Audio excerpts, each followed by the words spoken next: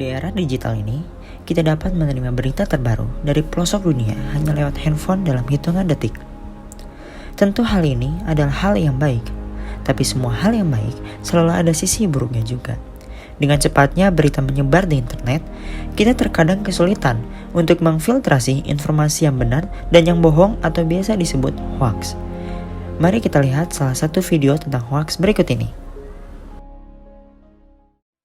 Di tengah penanganan pandemi COVID-19, hoax marak di tengah masyarakat. 13 Juli 2021 lalu, seorang pemuda di Bantul, Yogyakarta merusak sebuah mobil ambulans yang tengah mengangkut seorang pasien COVID-19.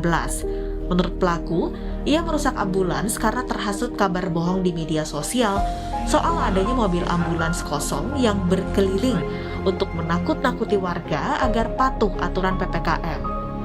Polisi telah menyita sejumlah barang bukti dan menangkap sang pelaku yang terancam hukuman 2 tahun penjara. Makan isu, Mas.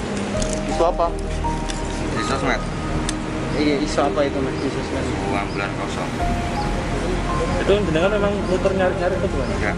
Cuman pas kebetulan aja. Sebelumnya pernah kayak gitu? Enggak. Aku? Enggak.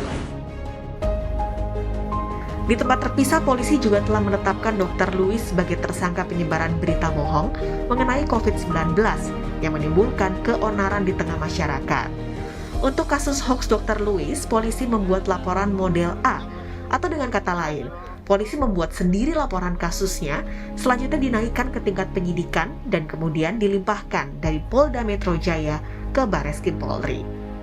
Polisi menjerat Dr. Louis dengan pasal berlapis, yakni pasal dalam Undang-Undang Informasi dan Transaksi Elektronik dan Undang-Undang Wabah Penyakit Menular dengan ancaman hukuman penjara 10 tahun. Nah, tentunya kedua peristiwa tersebut termasuk hoax ya. Karena mereka menyebarkan berita yang tidak benar dan memberikan dampak buruk terhadap orang-orang di sekitarnya. Masyarakat Indonesia adalah salah satu masyarakat yang mudah termakan hoaks karena kurangnya literasi dan kesadaran diri atas tanggung jawab mereka sebagai masyarakat.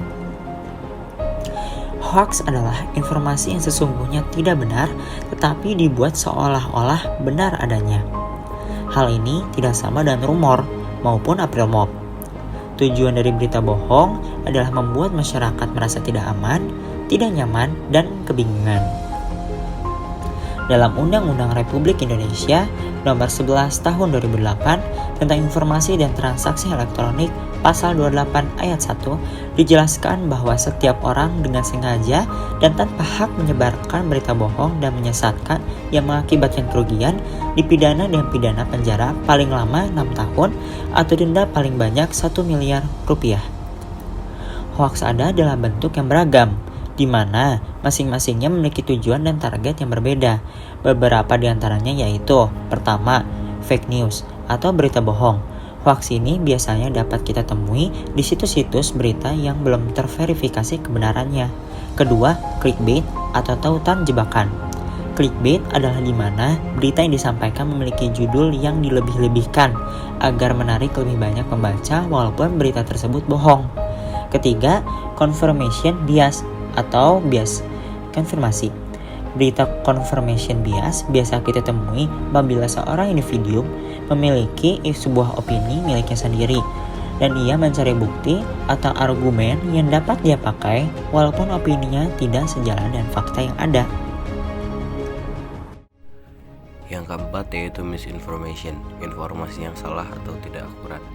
Misinformation biasanya informasi yang menyimpang dari yang sebenarnya karena penulis ingin memberikan berita yang berbeda dari yang sebenarnya ada.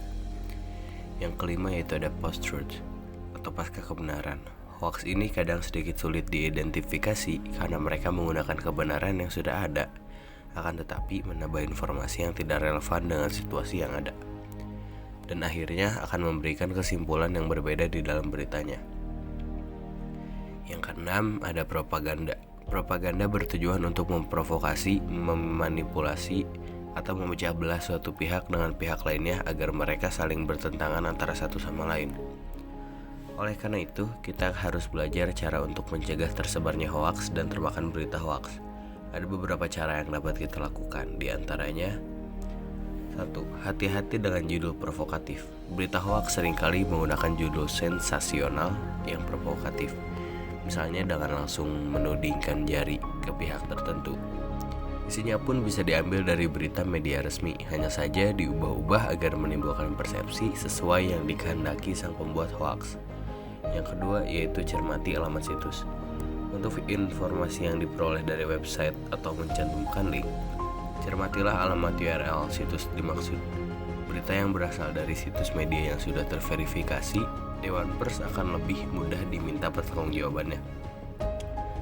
Apabila masih kurang, tips dari The Washington Post ini bisa juga dijadikan sebagai pelajaran. Banyak orang sebenarnya tidak membaca konten yang mereka bagikan. Mereka hanya membaca judulnya. Untuk mencegah Anda sendiri menjadi penyebar hoaks, hilangkanlah kebiasaan membagikan konten tanpa membaca isinya secara menyeluruh. Nah, sekarang kalian sudah lebih paham tentang hoaks kan? Macam-macam bentuk hoaks dan juga cara menghindarinya. Oleh karena itu, marilah kita bersama menghentikan penyebaran hoaks di masyarakat demi tanah air kita.